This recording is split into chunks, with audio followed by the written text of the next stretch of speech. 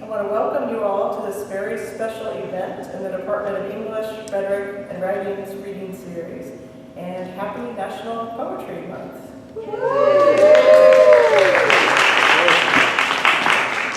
Tonight's reading is sponsored by Berry College and by the Georgia Poetry Circuit. As part of the celebration of student scholarship and artistic production, on this eve of the Student Symposium, we will hear two remarkable Berry poets read before our wonderful featured visiting poet, Adrian Matejka. Following Adrian's reading, he will take questions, and then we will have books for sale in the back, which he would be happy to sign for you. Our first reader is Kathleen Miner. Kathleen is a senior creative writing major from Dalton, Georgia. In her free time, she's either writing fiction, nonfiction, poetry, slam poetry, video essays, or raps. And this year, she has joined the speech and debate team, where she has added in writing and performing speeches to her repertoire. If it can be written, she's interested. Poetry is perhaps her most surprising love, Kathleen says. For prior to Berry, she couldn't stand the genre. Intermediate poetry, she says, was one of her favorite classes. I swear she didn't say that. For in it, she discovered a genre unbound by anything, save the vast plains of the imagination. Her 3 years at Berry have been the best years of her life. Not only getting to write, but getting to meet and talk to published writers and take part in as many of the incredible opportunities Berry has to offer as she possibly can. For her, she says, reading at this event is truly a dream come to life. Please welcome Kathleen Miner.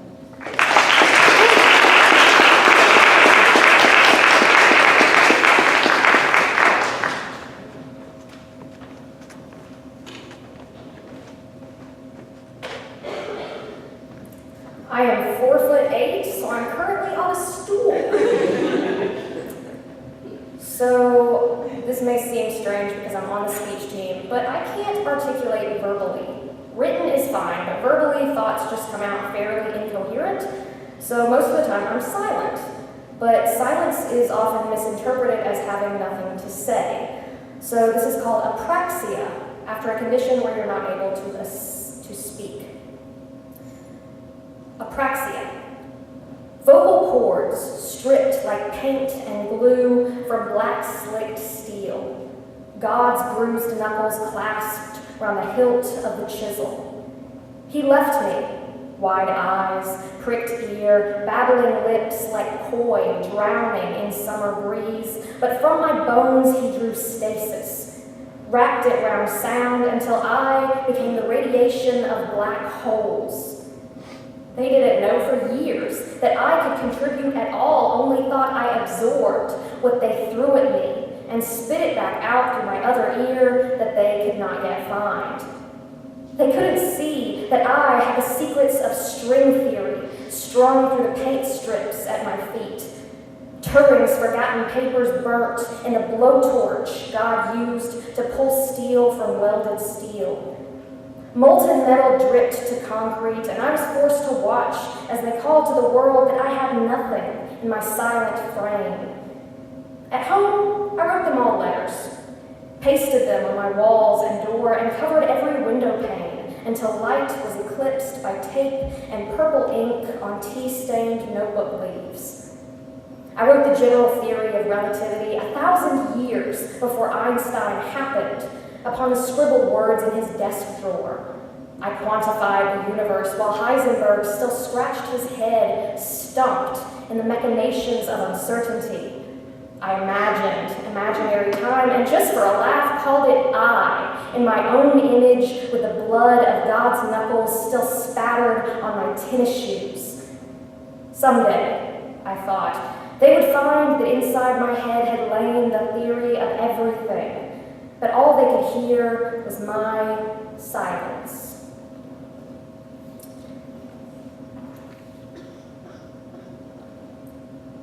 I printed these out in the wrong order, I'm so sorry. So in World War II, there was a Nazi death camp called Ravensbrück. It was all women prisoners, and in the camp they conducted human experiments focused on the deliberate infection of wounds with bacteria, dirt, and glass, and of the transplants of bones from one woman to another. So this is called Transplant at Ravensbrück. I think the devil and I would get along just fine.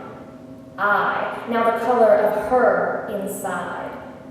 Her azure hands, arthritic wit, and plumb-boned twitch, nailed under beds, dug like chisels down to quick. She, so special inside, she no longer bleeds like ghetto swine. Wings of devil rip from her rainbow veins, bow to this woman you made so divine. And I, the color of her inside. See, come see, Herr Doctor. Open me up and fear me. Carmine drop in your ash-gray sea. Horned and clawed and demon-teethed, I think the devil and I would get along just fine with this body you've made so divine. So this last one, backstory. Robert Oppenheimer was the man who developed the nuclear bombs during World War II. When he saw the first bomb tests, his creation horrified him. And he famously quoted the Bhagavad Gita, the Hindu scripture, and said, "Now I am become death, the destroyer of worlds." Oppenheimer also likened the bombs to the radiance of 1,000 suns. So this is called 1,000 Suns, with a line from a Sylvia Plath poem, "Does not my heat astound you and my light?" 1,000 suns. Does not my heat astound you? Santa Ana flames in pajama fleece and curling pages in Berlin streets, baking fault lines through body stacks in Babi Yar. Girls running down firebomb streets as star-painted flames drop freedom through clouds, and light over Tory Gate, vermilion blood, glaring down holy land of brimstone and uranium ash. Steel skeleton bones like trees, in dust storm cancer breeze pouring over lower Manhattan. Waco flames around praying hands, save us, speaks the man, from this world. Save us, speaks the child, from this man. Does not their heat astound you? Aurora lights flickering out as a monk sits cross-legged, gasoline body stationary, silence on fainting lips until he tips. Statuesque boots break, topple down into Baghdad's spit. Have you seen my light?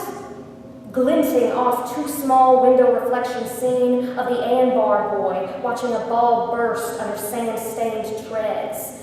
Blinding behind tired eyes and neuron lines, flashing supernova light under Oppenheimer's gaze on a nuclear disease. Now I am become death, the destroyer of worlds. Does not my heat astound you?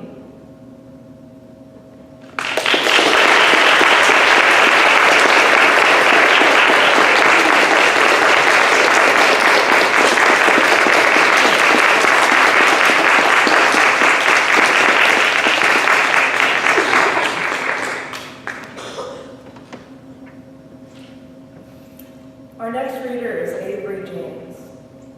Avery is a senior psychology and creative writing double major with a knack for wondering and wandering. As a tutor for the Open Door Home and vice president of the Forensics Union, she is always looking for ways to integrate her love of social advocacy and literature. She hopes to continue contributing to her community through her passions for fiction and poetry as she pursues her MFA at Georgia College and State University beginning this fall. You can find Avery strolling around campus at odd hours of the day, listening to existential podcasts and trying to earn the trust of the local deer and stray cats with strawberries and catnip. But you didn't hear that. Please welcome Avery.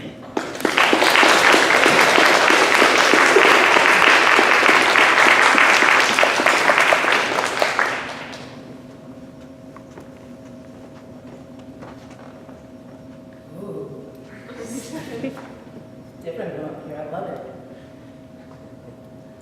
Well, good evening, everyone. All right, I'm going to start off with Anansi, and this one is something I wrote in intermediate poetry. It's what got me into formal poetry, and it's a ghazal. And ghazals are basically these poems about love and loss, and they originate from the Middle East. And growing up, I had always been in love with Greek mythology, Egyptian mythology, but I never really was able to connect to African mythology in a way that I wished I could have. So I wrote this as a way to find worship in the only connection I had to African mythology, a character called Anansi, which is basically the BET version of Loki. So, yeah, you get that. All right, so Anansi. Descend from your silver vein, old weaver Anansi. From the lamplight convert me to believer Anansi. The woman taught me to fear you, said you'd fetter my skin with hard burrows and fever Anansi.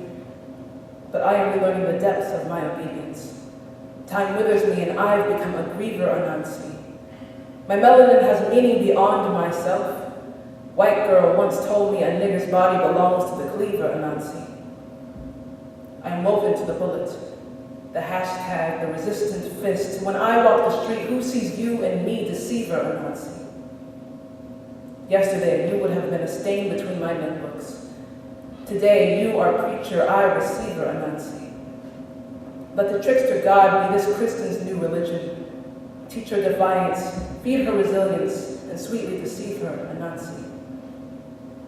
Oh, and something I should have mentioned about the ghazal form is that at the very last stanza, you add a bit of a signature, a part of your name. And my middle name is Kristen, which is really ironic because I'm agnostic. And but you know, Christian. I was like, oh, this is coming in handy finally.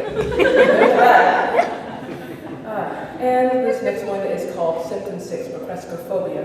And procrastinophobia is the fear of gaining weight. So it's part of anorexia nervosa. I have this entire sort of a series of poems about different symptoms of mental illness because I just want to contest this new culture of romanticizing mental illness. And this is my way in doing so. Symptom 6, procrastinophobia. If you cannot accept me for what I am meant to be, remember me as a full moon slightly chipped, as the cold scar of light that slinks its way past our window blinds, as something colorless and cobweb still yours. Or, if it suits you, imagine us still tangled in bed sheets, my heavy hand moving down the smooth dip of your body, your fingers choking at the round of my thigh. Imagine the taste of my resentment filling you like wine warmth. I want a woman who will look at me and see the crack of commune wafer, who will let me be shiver and bloodless exquisite as I whittle my heels to skin prick. So I will learn to wade without you, take to walking a mile for each fall between my bones, eat steamed rice and saffron till I too am veiled in vapor. As I write this, I pray we will meet again on a day that my beauty outshines you. Until then, I roll a dash of slack skin between the willow of my fingers, knowing there is so much more to be undone. And the piece of resistance. This one is a new one. It's called If I Could Turn Back Time. And yeah, I think about that 90s song too every time I hear it. But it works. It makes sense. Because I have a friend, and she's a black trans woman, got a full ride to Alabama State, amazing woman. And I had a dream that I got into a really big fight with her. And I do not ever understand how I could ever be mad at her. But I woke up and that horror was still with me. And this isn't necessarily about her, but it's just the same idea of having a friend that you're still trying to connect with them on this new wavelength with their new identity and how it can go to pieces. So if I could turn back time. If I could turn back time, I'd press kestrels and wrens into their shadowed eggs, knit each shard to one smooth form and return them to yolk and stillness. I'd will the potted sprouts on your windowsill to make home of their seeds again. Your garden of sun golds and romance would slim to sharp beads of green on silver-furred leaves on the stakes, quilled with their hefts, morning relief. And I teach everything that falls to rise, and everything made will unravel itself. Somewhere, the fox wanes her jaw and out staggers a hare intact. Somewhere, the sky turns to hunger. Lightning becomes a tongue drunk up by the clouds. The horizon goes full on the sun, falling east, and lifts the moon in exchange. You would still be on your rusted balcony, hair cornrowed and scratched tight to your skull, goodwill sweats scattering the hourglass slope of you. Below, cars reverse the freeway, and 4 a.m. inhales a fog stained with daylight. You would ask again for my forgiveness, and you would have it. I would not call you by a dead name. I would have stayed as long as you wanted. I see you condensing from broken angle on wet cement to boy. You rising, limbs backstroking the air, wind parachuting you and your strange tunic up, unwarned, to the lip of the roof. Thank you.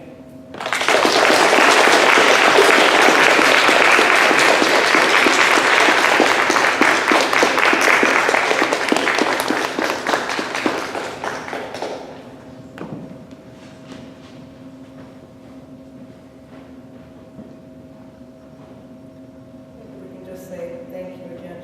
Fabulous.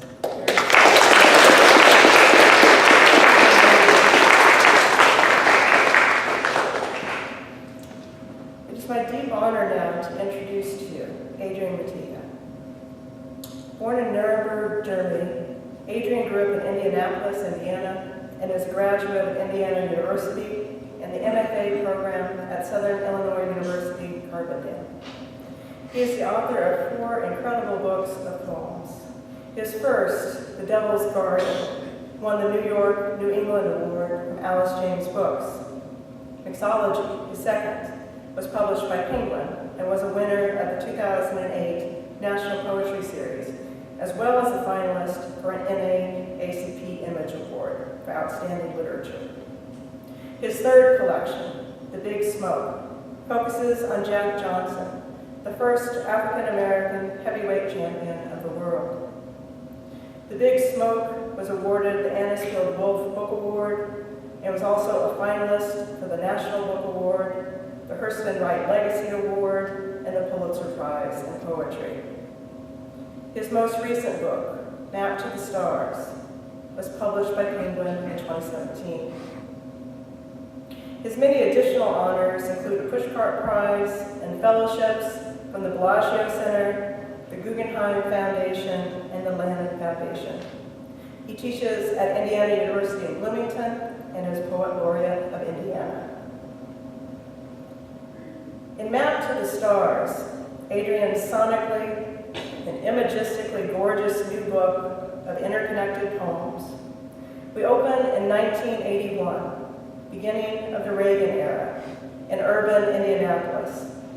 The speaker of the poems is a kid then, as was the poet, living in an apartment complex called Carriage House, when Pluto was still one of the planets snapped into drummed orbits around the sun, like the orthodontic rubber bands no one in Carriage House had. As the speaker negotiates his worlds, first of inner city poverty, an absent father, the electric cut off, sirens snagging morning air like hurtful afro picks, and then of cricket-ticking suburban alienation and racism. These poems flash back and forth in a kind of satellite transmission from Earth to stars. The cosmic speaks back to the concrete particulars of the speaker's world, as those particulars equally call forth the cosmic in longing and aspiration. So the cigarette burns in the neighbor's shag carpet become the pockmarked planet he wants off of. The wheeze and cough of the furnace starting up sounds like an extraterrestrial. Every time someone broke into their apartment, there'd be a trip to the safety of the mall, where that spinning disco ball out in Spencer's window was one of the closest things to another world he can remember. This boy who dreamed about being one of the first black space shuttle astronauts, who sewed a yard sale Star Trek patch to a shirt everyone made fun of him for, who imagines the space probe Voyager 2 winking like a gold incisor on its way out of the solar system. By 1981, by the way, the Voyager 2 had reached the Saturn system. The planet Sun Ra, the experimental cosmic jazz musician, one of a number of artists who play across these bridges, said he came from. Voyager 2 was one of only a handful of spacecraft to achieve escape velocity and leave the solar system behind. Escape, these poems understand, is a dream more complicated than we'd like to pretend. When the speaker's mother's remarriage suddenly propels the family into the middle-class suburbs, a whole new planet of once-was farmland, an electrical planet of garage door openers and lights always on. He writes that as Voyager 2's golden record spun someplace in space between Uranus and Neptune, a racist shouted the N-word at him, running him and his new bike violently off the road into a ditch, front wheel bent like a surprise, as useless as half a moon. Escape, ultimately, is not what these poems aim for. Rather, they bring us to potholed bridges and red brick, to love graffiti dumpsters and skateland turned dance floor, a tripped-up moonwalk and disco pointing, to Prince as much as to the music of the Spheres. To experience the pyrotechnic glory and sonic singing of Adrian Matejka's work is to take a high-velocity trip through this violently technicolor heliosphere. So, in the words of Map to the Stars' closing poem, now just be cool and try to ride the beat. Please welcome now Adrian Matejka.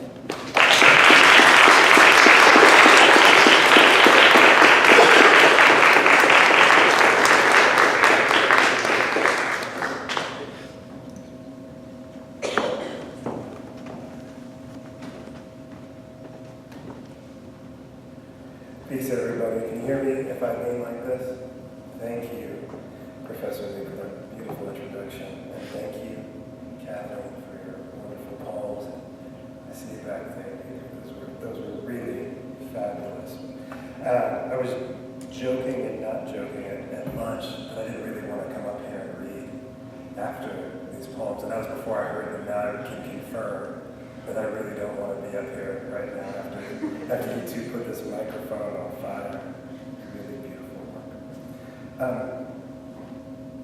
I'm going to start. I'm trying to show homage to the writers who have inspired me and have allowed me to do the kind of work that I wanted to do. And so I want to start by reading a poem by Lucille Clifton. And if you don't know Miss Clifton's work, I think she's one of the most important writers, certainly in the 20th century, but she wrote very short poems. And I'm going to read a short poem, and I'll tell you a little story about her before I start reading. So this doesn't have a title, it's part of another poem, and so they use the first line as the title. And so the title is Cruelty. Don't talk to me about cruelty. Cruelty. Don't talk to me about cruelty or what I am capable of. When I wanted the roaches dead, I wanted them dead, and I killed them. I took a broom to their country, and I smashed and sliced without warning, without stopping, and I smiled all the while I was doing it. It was a holocaust of roaches, bodies, parts of bodies, red all over the ground. I didn't ask their names. They didn't have any names worth knowing. Now I watch myself whenever I enter a room. I never know what I might do. I love that poem for so many different reasons.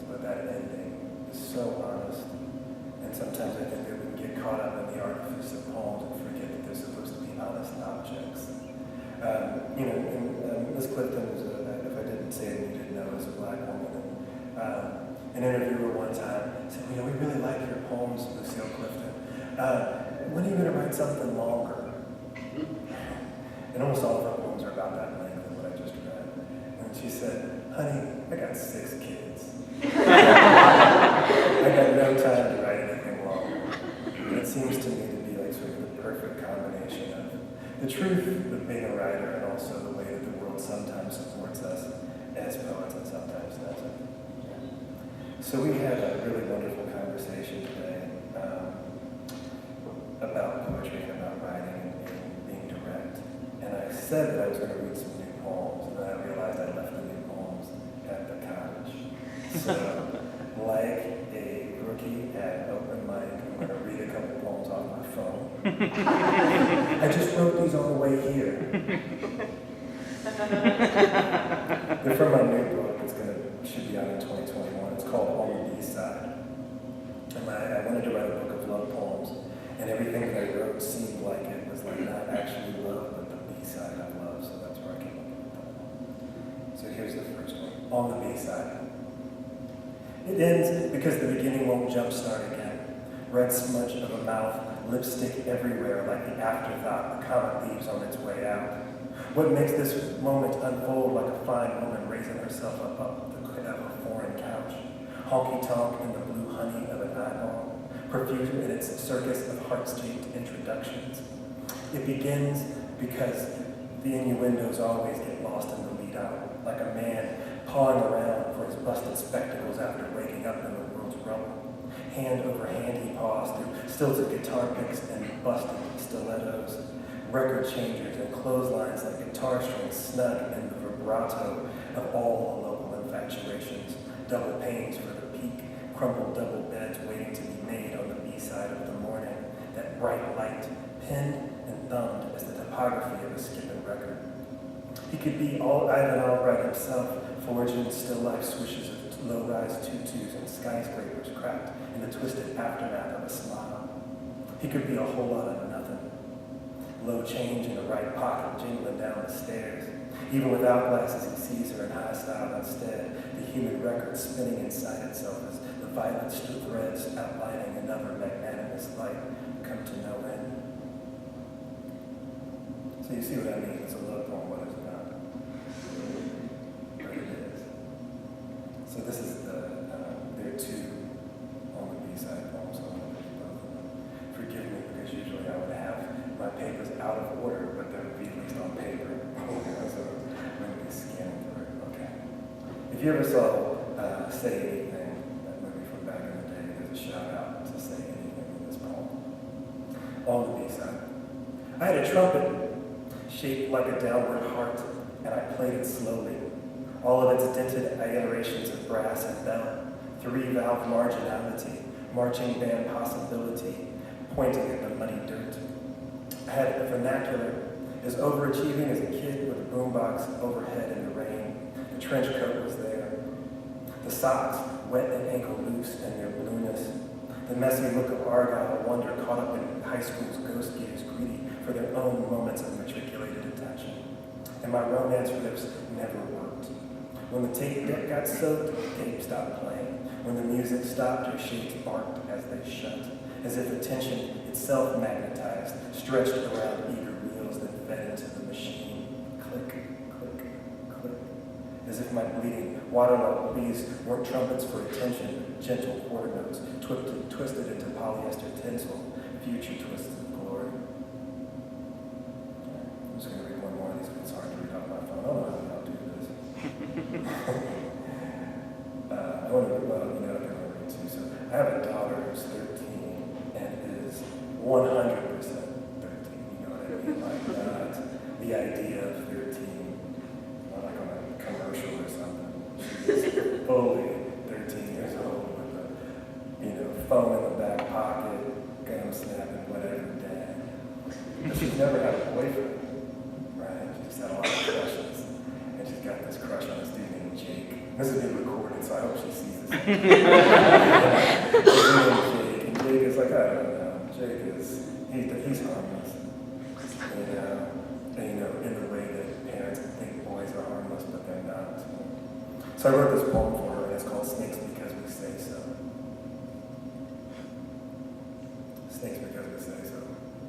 Redheaded boys are snakes.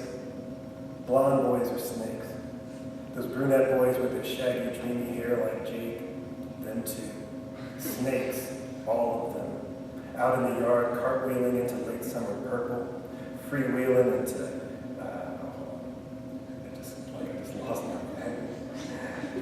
See, right now I'm about to put them on blast, I lost my page. How do you guys do this, man? I'm pretty technologically savvy. It's hard. Okay. So let's put Jake on blast one more time. Those brunette boys with their shaggy, dreamy hair like Jake, them too. Snakes, all of them. Out in the yard, cartwheeling into late summer purple, freewheeling with soundtracks, snakes. Whoever yelled snake in the crowded bleachers that day is a snake. In the bleached light of vacant Thursday pews, snakes are Baptists minus guilt. Empty baptism rivers are snakes. Empty dance floors are snakes. Snakes are guilty because we need to blame somebody. Somebody is a snake in a human hat. Some human in a hat snakes his way into the future, past the abandoned garden by asking all of the wrong questions. Snakes didn't ask for any of this. Snakes wanted to be someone with thumbs, but they woke up one bright April morning, a malleable heart dancing beneath shoulderless skin. So she's heard that poem and almost died. She was so embarrassed. Why'd you gotta name him? What if he hears? Because you think that dude listens to poetry? All right. This is the last one of these poems I'm going to read, then I'll get into something that I don't have to squint at on my phone. This is the last of the On the B-side poems. And so, yeah. On the B-side, old vernaculars, mismatched patterns, imagery, spectacular, make out bright in the bombshell of all of this, but what is now? Washed up catchphrases lapped by receding waves, hand over eye, swinging into the water, sparkling mezzanine. Love is immaculate like that, sun feeling all over your face, but only for 17 months. Meanwhile, the adjacent hangers-on on the veranda of a slow dream pick through leaning music stacks and eyeliner blushes, forbidden consonants in the analog. At the kitchen table, half-finished sandwich sitting recriminating crumbs. I'll never love anyone again, the teenage version of me said, after my girl left in a huff. What else is there to do after calling love by its given name as newly divorced parents outloud each other in the next room? The tap water was tepid in the sunlight that day, the sad jams woozy, while the white tulips I bought hoping to get her back wilted in my fist. See what I mean? They're love poems, but it's like another kind of love poem. It's like the love poem you put on after you got broken up. But it's true. It's true form. So thank you again, Professor, for that introduction. I wanted to read just mainly from the songs, both because we were talking about it today, but also because I feel like it's important to read poems about Indiana when I'm not in Indiana. Right? Some things are very specifically about the great state, and others of them are just about the habit of living. And so I don't know if any of you grew up in suburbs, but I want to read some poems that aren't in the suburbs and then switch to that space. The very first poem in this book kind of sets everything up, and it's called Starstruck Blacks. The end of it is a riff off of a Richard Pryor joke that I will absolutely not tell in a chapel. If you want to go check it out, what you need to do is look up the phrase in its deep too, and the poem will come up. I mean, the joke will come up. Not to mention that my editor was like, "Are you really going to start the book with that Richard Pryor joke?" Yes. I'm just not going to tell it in polite company with pews. Starstruck Blacks. Again, winter. And Indianapolis' 30th Street Bridge is salty over the iced-up White River. And above both salt and ice, stars constellated to backlit animals and ancient heroes posturing in the earth's Avery, as inevitable as a morning frost and morning hair after a park bench sleep. And more syncopated lights move on the horizon lowly, the way cop lights always move to wherever black people collect outside a church. All this fast stereotyping, like the manicured fingers in the steno pool where those same cops linger, badges shining and hats under arms before testifying, that they shot in self-defense. Back at the bridge, two brothers peeing in the monochromatic current, back graffitied by a great migration of taillights. One brother stares north, way up to Saturn, and says, "Man, I bet this water was cold." The other brother gravitates in the same unreachable direction and says, "Yeah, I bet it's deep too." And later, one of the star-eyed neighbors spills white all over the carpet again and leans into it like sniffing a fish's ear. The other neighbor is Pisces reclining, so-and-so on the couch of Atari's glow. All these habits from Vietnam blamed on Agent Orange. Heroin and gunplay first, cocaine came after. Not every fatherless black could object to war like Sun Ra did. Not every fatherless black could get kicked out of the army before the fighting started like Richard Pryor. Hardly any fatherless blacks could skip Vietnam. As far from this space as any black boy will get. Listen. The neighbor's cigarette is about to burn into her own hair violently, the same way it burned a socket into that unfortunate shag rug in their living room. Listen, we have to get off of this pockmarked planet. So, the neighborhood we lived in was pretty messed up, but it didn't seem that way at the time, right? Like so much of the judgment that we make about our childhood and our past comes later, you know? Like at the time I didn't think it was messed up. I couldn't know one thing from another. I thought everybody got their lights cut off all the time. And the guy who lived next to us was a drug dealer, and his name was Roy. And just to make sure that we're all on the same page, Roy was a big country white guy who had these cut-off jean shorts that he'd wear all year round and flip-flops. And he was so nice. And he'd let us play Atari on his projection screen TV. My mom didn't know that Roy was a drug dealer until she read this book. Part of that is because she was working all the time. So this is a poem from the get-go blacks. It hasn't rained in 3 weeks, and my jaw is so tight it clicks like my mother's heels in the early morning kitchen every time I try to talk. The thickness thermometer in the bathroom drawer is as red as it can get, but Indy still glistens in the poor people's time of the year. Every sparkling day wishing for its former cooler self, makeshift masculinity's baby mustache into colorful spray paints of hustle and grit. Exhaust pipes hardly hang on again, scraping light from the potholes unrelentingly like a refrigerator door opening in the heat. And later, when it gets even hotter, corrugated meat makes father figures out of delinquent ballers. Quintets of sweaty arms and high tops as broken and elbowed as some other city's name. An air-conditioned one with deep-ended swimming pools. Whistling lifeguards and working water fountains even. I'd swim there if I knew how. One of the most amazing things that I ever discovered or was introduced to me was in the suburbs when I figured out that there were lots of swimming pools. Right? It seems silly, but when I was a kid, I thought there was one. And we used to have to sneak into it in this neighborhood around the corner from us. And so then when I got to the suburbs, we used to be everywhere. Like, oh, you can come over to our house and go swimming. What is this land of opportunity? There weren't really, it's a stereotype that was also true for us. There really weren't very many fathers around. And so a lot of what I learned about how to sort of be in the world, poorly learned, right? And inappropriately learned about how to be in the world was from those boys, like these 14 or 15-year-old boys who would sort of shuffle in and out of juvenile. And so this is about them. It's called So Far to Go, and it's a poem that's based on a Jean-Michel Basquiat painting, St. Joe Louis surrounded by snakes. It's a sonnet.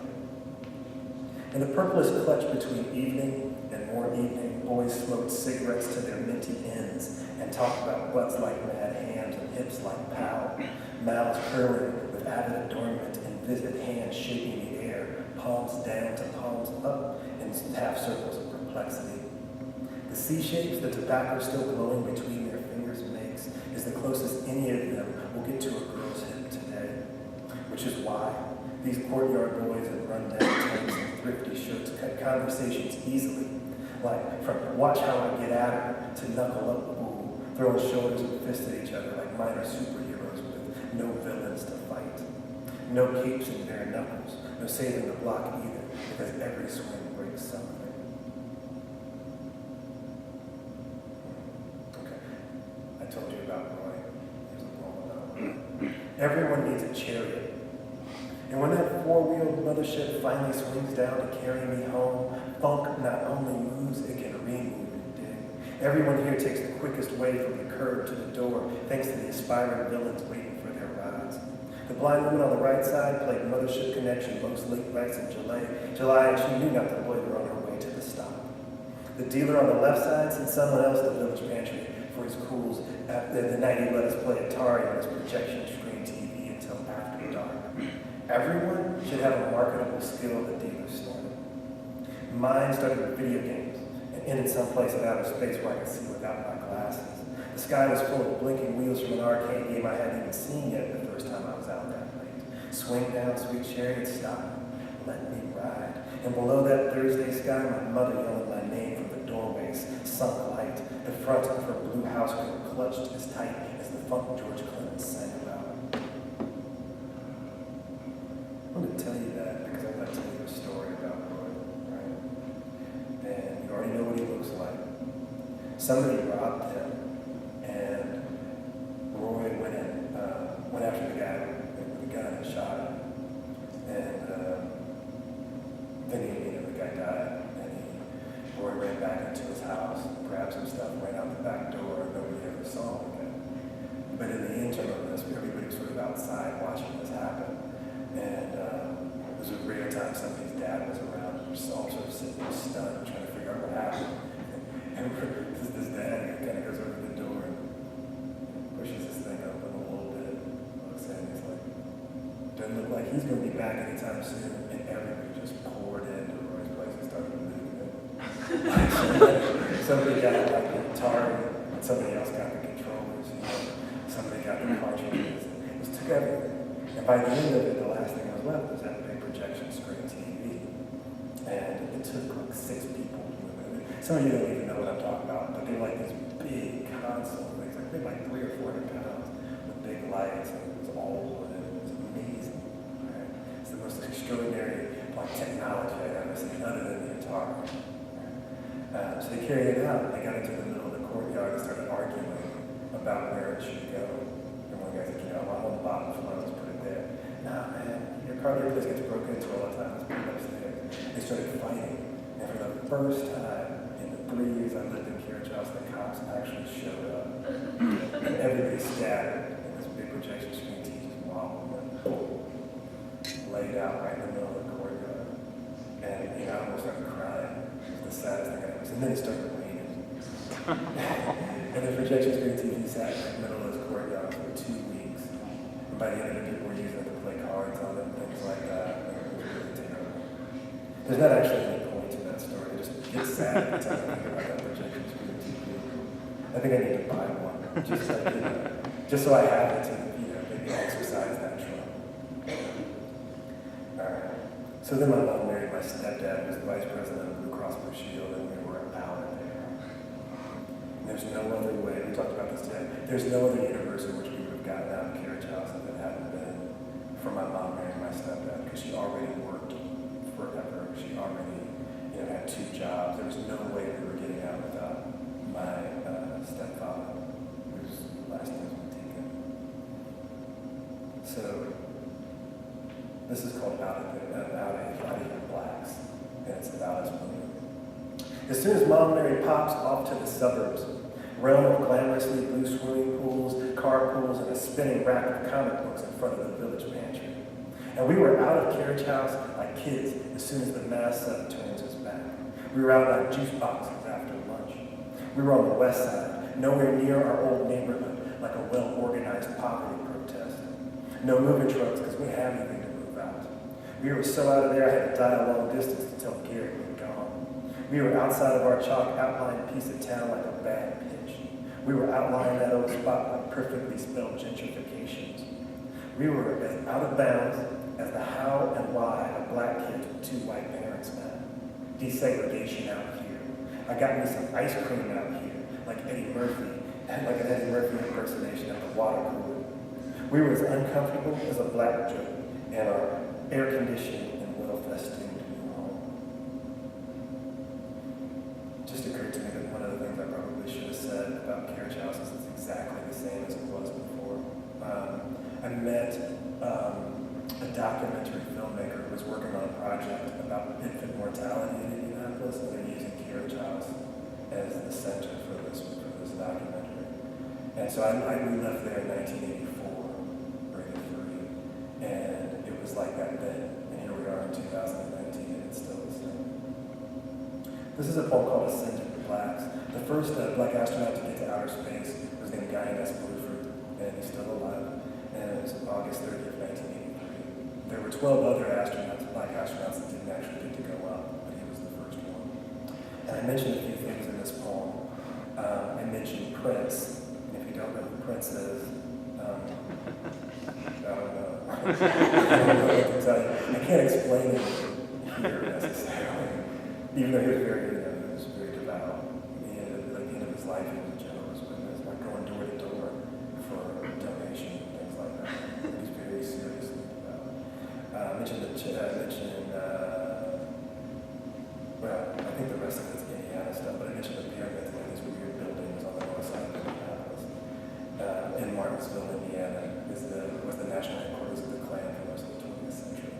And if you ever go to Bloomington, Indiana, where Indiana University is, you have to drive through Martinsville to get there. It's a very comfortable feeling. Ascendant Blacks. The power was turned off again the Tuesday morning I got my curl, and Guyanus Bluford became the first black man in outer space. August 30th, 1983. I styled my wet front like 1999 Prince. Left side tucked behind an ear, dangled mess, getting activator in the eye I would have used to telescope the Challenger as it flew over Kennedy Space Center in a midnight habit, a black man trying to get out of Indiana expeditiously. And in Indiana, any yellow brother could be an on-the-fly Prince if he opens his eyes with 2 afterburners and hang his lips just a little. Even in the east side, where we all felt better in groups. Even way over in Pike Township, where 3 pyramids rise as majestically as cranial lumps after a beatdown. Or in Martinsville, a town so precise with its epithets and buckshots, Bluford wouldn't even fly out of the place in the daytime. I drove through it to get here, though. So I wanted to read that to set up another poem about Guyanus Bluford that's called Intergalactic Blacks. And forgive the explication, but I mentioned the Sounds of Earth record, which is attached to both Voyager Space Probes. I have a copy of it. It's a golden record with all of these different sounds that Carl Sagan and a team of scientists decided would be a good representation of us to some intergalactic extraterrestrial community, right? If you think about what you would put on that record now, I mean, they had space constraints because of the technology and things like that. There's like a baby crying on there, which is it's nice. Like cow noise on there, that seems comforting. Then they have like dogs howl, like barking, like wolves howl. That's a thing. And then there's a lot of music. There's a lot of it, mostly Western music. Miles Davis should be on there, he's not. Funkadelic should have been on there, they're not. Jimi Hendrix isn't on there. Billie Holiday. Tito Puente. But Mozart is, and it's from the Magic Flute, so that's good. So it's a kind of a rendition of things. It doesn't involve religion, it doesn't involve politics, and there are no like very warlike sounds with it. Because the idea is what we wanted people to make it like feel good, like you want to come and visit. Like you don't want to put an atom bomb exploding on it to come visit Earth. Stephen Hawking is right though, when they come to visit, they come to take over. So maybe we should have set it out there with some more robust sounds. In this poem I mentioned Lando Calrissian, not the one from the remake, the original one. Like the one and only Billy D. Williams. Intergalactic Blacks. Guyanus Bluford doesn't fit into the astronaut tradition any more than the A-side of Sounds of Earth, gilded to that second spinning Voyager space probe, parlays the real ruckus we make in our earthen hustle of engine condition, maybe used as noun and adjective again in NASA hallways. Sounds is beautiful though, with its thin skin of golden language. Where to begin? Where's the smiling redress of planets? Where are those intergalactic Star Wars spaces without races? Hello, What have we here? Says Lando Calrissian from his cloud city. And he's not even in the astronaut team portrait. So little brother Blueford in his colonel outfit, so brother number one, ringed in whiteness like the loneliest dot on a dot. My editor told me I should try to contact a guy in Blueford and talk to him about this stuff. And I was like, no, he charges to talk to him. Like, you really have to go through his agent and you have to pay a fee. So I was like, I'm just going to use my, they call it poetic license. I'm just going to read 3 more poems. I'd never been to a barbecue before I moved out to the suburbs. Imagine what your life is like without barbecues. It's fine until you go to one. And you realize what you've been missing. Man, I was missing everything. So in this poem, it's called Record Changer. And for those of you that don't know what record changers are, they're like an L-shaped device you put on top of a record player so you can stack records on it. And so when one record ends, another record drops. So you have to keep going back and changing the record. It's like sort of a continuous play kind of thing. I mentioned Prince again, and I still can't help you with that if you don't know. And then I also mentioned Fleetwood Mac, which is, like an album called Rumors. It was a really, really big deal. Okay, I think that's probably all you need for this poem. Record changer. To the left of the neighbor's barbecue, variations of the same house, ringed by the same foliage. Adolescent bushes with green tufts of low-lying sky. Dads, red-faced and bearded in the back someplace, turn their pure meat over hot coals. The record players inside, woodbox speakers propped in the windows. To the right, across the still-seated yard, are 2-story just as square and as impeccable as the rest. We want Prince, but Rumors keeps restarting itself. Now here you go again, you say. One day rest, now where'd you come from again? And we say California, like Fleetwood Mac, and nobody asks anything else. And because nobody hunts for dinner in the suburbs, we put down our implements of half-step and appetite. We sidestep the moon as it descends into a whole plate full of charred thighs and wings. We collectivize the back in the day's ways as tenaciously as chicken legs undress themselves at a cul-de-sac party. And then we raise those strip bones up to history. Out here, in these suburbs, there isn't any history. So history is whatever you want it to be. And then this is the next morning. And it's called Strange Celestial Roads. And the title comes from the Sun Roswell. There's a father sleeping it off in every master bedroom of the cul-de-sac the morning after, so Saturday morning is a snooze. The moon is still out, eyeballing the quiet streets like Sunrise in his orchestra. Somebody has to be a father figure for all those musical notes. No school buses to huff after, no mothers yelling their children onward. The only weekend noise is us, kicking rocks, so bored we can't hear each other on a celestial swirl of asphalt that will be a playground one day. We stand, right feet extended in unison like blues men, rock after rock, arcing at sorry angles toward the open bar that hopes to dangle 4 swings. Some rocks go through, some miss as we balance on concrete meant to backstop hopscotch and echo knock-knock jokes. Not somebody's father yelling, "You got to be kidding me," after he opens the property tax bill. These bars were placed here for some other future kids to be dragged from by their big ears or their hair-matted necks, back to the unavoidable arguments, the fist-to-face noises, and the sweet, bleating saxophones that come next. It was wild because being in the suburbs with all that stuff was really amazing. And at the same time, it was just a different set of problems. I think that's the reality of how we live in the world, right? Just changing one set of problems for another. I want to read this last poem. It's called Emily Dickinson featuring basketball and EPMD.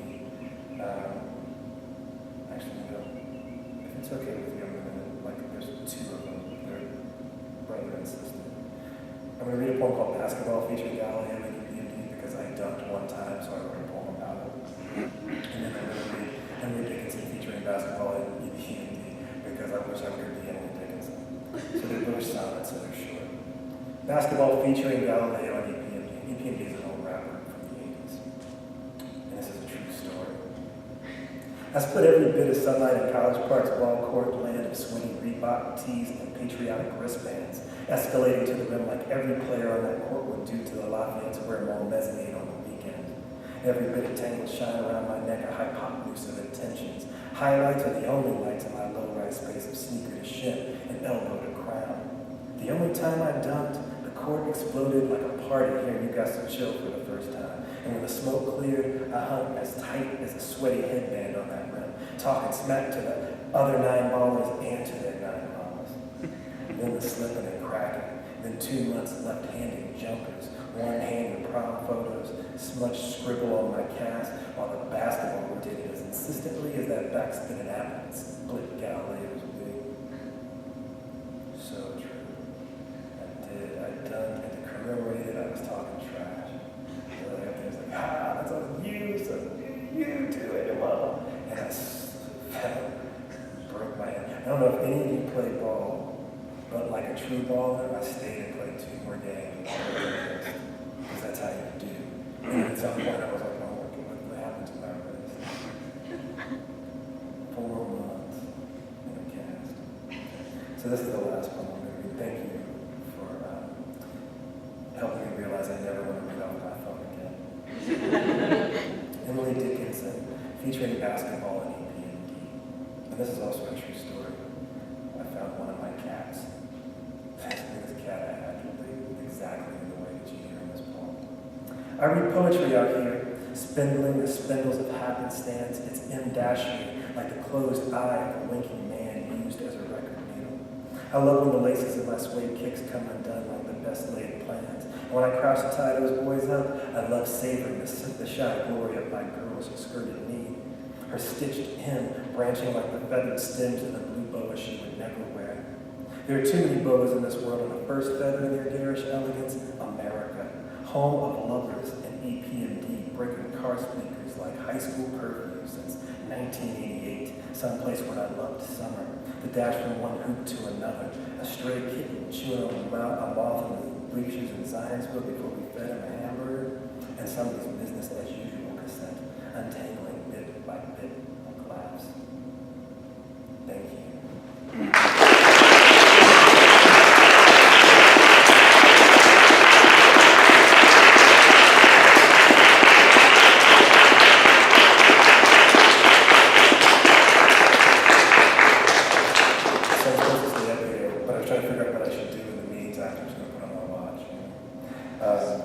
So, questions?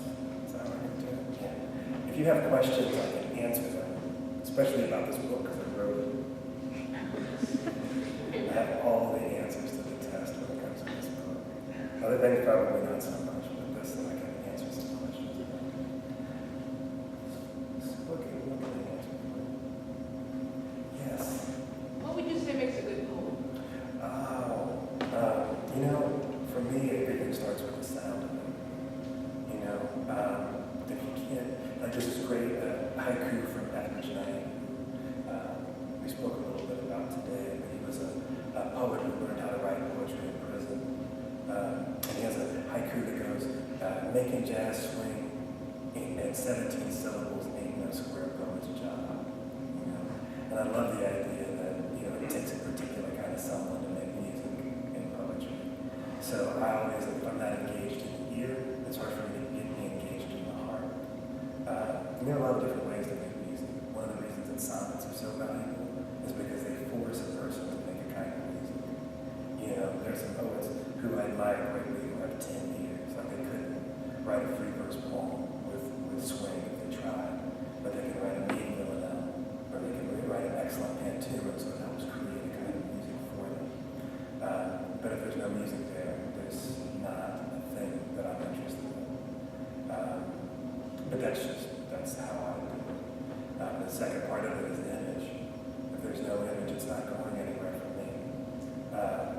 There are other ways to make it happen too, but as long as I've got some music and I've got some image, I don't even really need to know what's going on. I'll figure something out. At least I'll stay there long enough to try to understand it. So it's not an excuse for sloppy writing, but it is 100% the way to keep me involved as a reader, and certainly as I try to do that in my own writing. But I don't know. What do you think makes a good poem?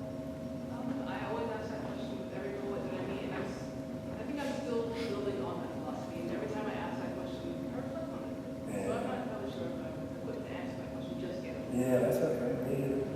But I know what I try to do, and so I think that that's part of it. I think it was Tony Morrison who said one of the reasons she started writing is because she couldn't find the book she wanted to read, so she decided to write it. I mean, I feel like we all kind of do that in one way or another as writers. We're trying to write the kind of poem we want to read, and for me, it needs to have a tapestry of sound, and it needs to be something I can, get a hold of in one way or another. And then after that, everything's negotiable. Thank you for that question. Other questions, if you've got them. Yes. Say it again. What happened to Roy? Nobody ever saw him again. You know, the other, it's interesting that you asked that. I'm going to try to do this because I gesticulated so much. It's interesting that you asked that because I said it today that the guy died. But it's interesting because a lot of the time, I've told that story a few times, and nobody ever asked what happened to the guy. Like he's just there in the story, just hanging out, right? And Roy disappears in the story, and the thing that takes up the most of the story is this TV. Because in my mind, I couldn't comprehend what happened to this person, but I could do something with that TV, and nobody ever saw Roy again. As far as I know, Roy could be in this room. I don't know. He might have changed his identity, but he was also, it's like, it wasn't like he was out here moving weight or something. He's like living in Section 8, selling little baggies, but he was able to sell enough so that he was able to have this technology that nobody else had. And yeah, he ran in there in his flip-flops, grabbed his thing, and grabbed his bag and was gone. Nobody was saw Roy again. A little bit like Kaiser Sose, if you ever watched that movie. He's in the Kaiser Sose carriage house. Thanks for asking. Roy's getting some love today. You should have seen my mother's face when she came back after reading that book. I was like, really? And here I thought he didn't even have a job. Well, no, he didn't, but yes, he did. What other kind of questions do you have about that? Oh, boy. Yes? You were introducing your poem about the first black astronaut. I'm embarrassed. I thought that was actually Ronald D. McNair. Yeah. Who was a black astronaut who died on the Space Shuttle Challenger when it exploded, but that was years later. Yeah, that was a few years later. Yeah. Did you ever think about writing a poem, did it occur to you to write a poem about him and that tragedy? So it didn't, mainly because I was, I thought a little bit about it, and that was one of the reasons why I used that specific shuttle in a poem. But I thought about what I wanted to do is I wanted to focus on the things that were sort of touchstones for me when I was a kid, and that was kind of, it's weird, but it's kind of the opposite, right? Like the fear of that was something I had never comprehended, like how much danger that these astronauts are actually in when they do this incredibly unnatural thing of leaving the Earth.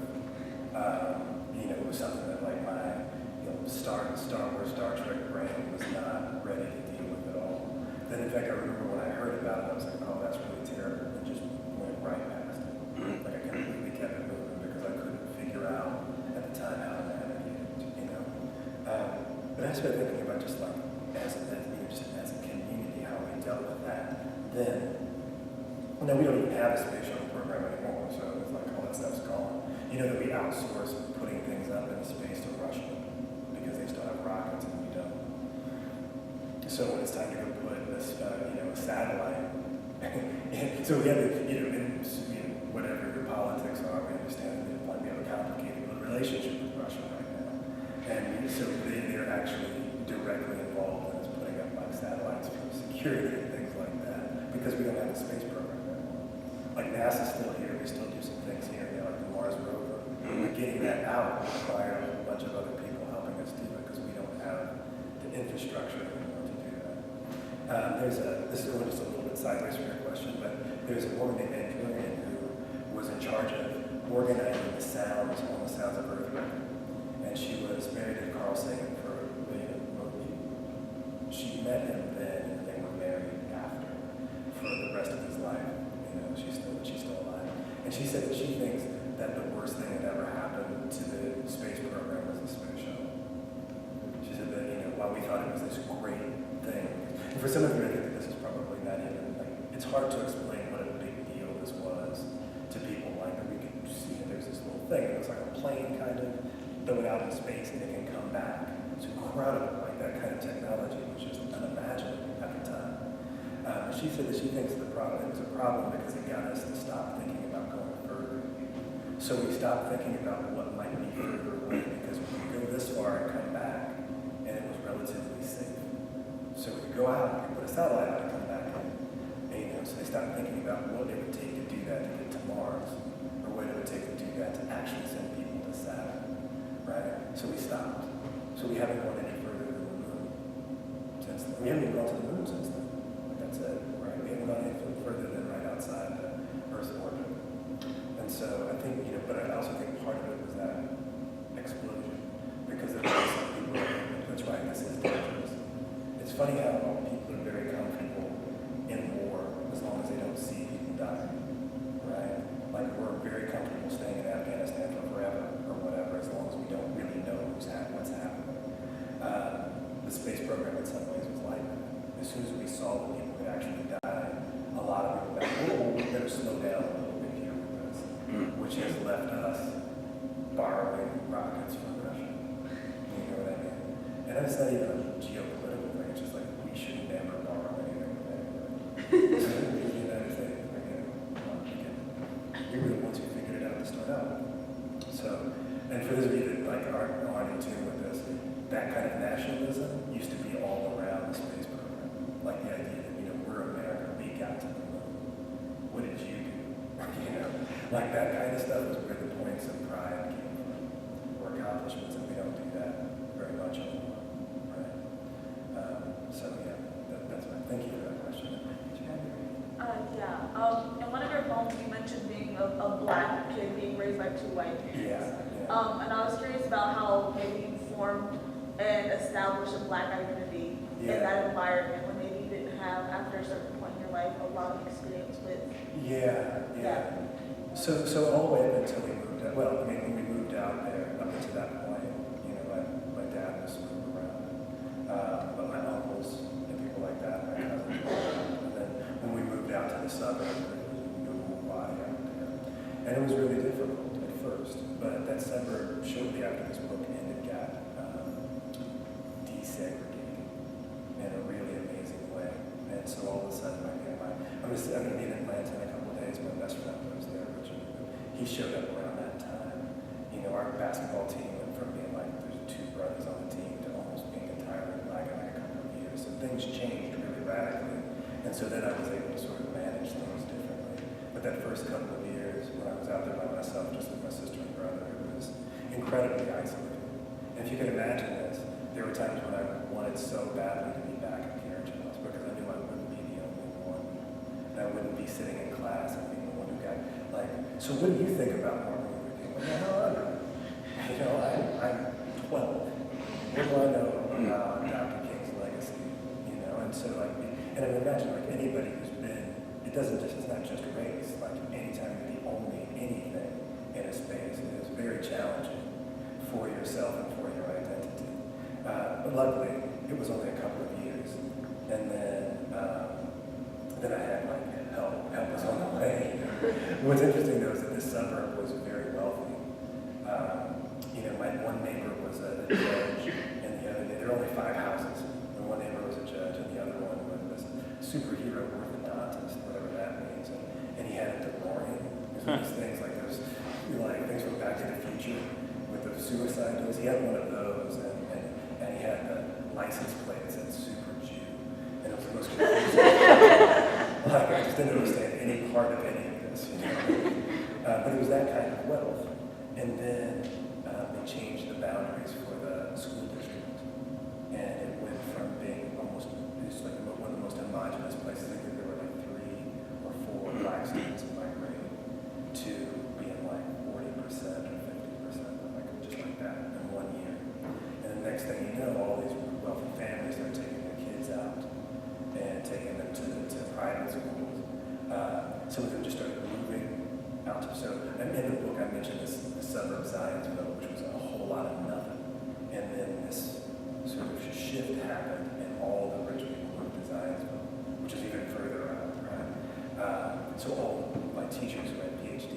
high school teachers all left and moved out there. And the whole thing, but just the complexion, like again, not even a pun, like what the complexion of it, like all of it just changed. Mostly for the good, but it was like by the end of my career at Pike, it had gone from, I think, 1,000 students when I was there to start out up to 1,500, which isn't that big of a difference, but it's 4 years and then, a third size increase. Now it's 6,000 students.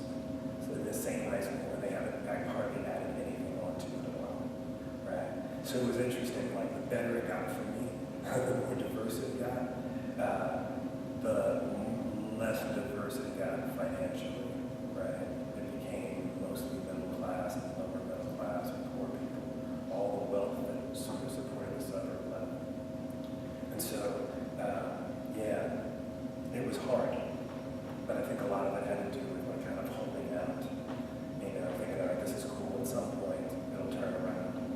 And it kind of did, but it's also Indiana. So, and I say that with a lot of love for my state. It's a very complicated place. I hope that you weren't the only person out there like that, because it's hard. Thank you for that question. Maybe one more, because I know I'm giving these like long form essay questions and answers.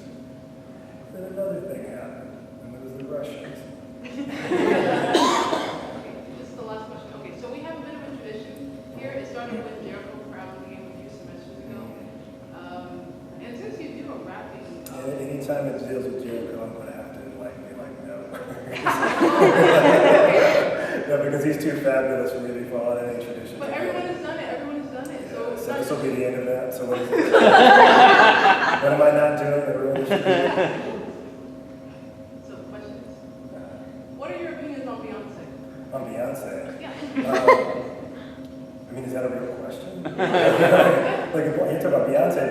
Beyonce. So we were talking about her husband, and I think all that needs to be said about the fabulousness of Beyonce is that my students in my rap class know Jay-Z 7 straight platinum albums in 7 years as Beyonce's husband. That's what I think. And I think that's how they should know him. I thought you were going to say, I thought you said I needed to rap. That's what I was like, oh no. Right now. No, but Beyonce is it. So, I remember when Lemonade came out and the trajectory of my daughter becoming a teenager. But I think she became a teenager when she saw that. She hadn't even had a boyfriend yet and was already like jilted and angry. You know what I mean? Like she embraced that jiltedness immediately. She was like, I get this. Because it's not jiltedness, it's the frustration of being a woman in this like ridiculously patriarchal circumstance, right?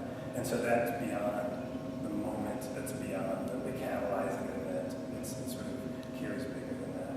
So, it came out while I was teaching rap class. I was like, okay, let's just not talk about Jay-Z anymore. Instead, let's talk about Lemonade.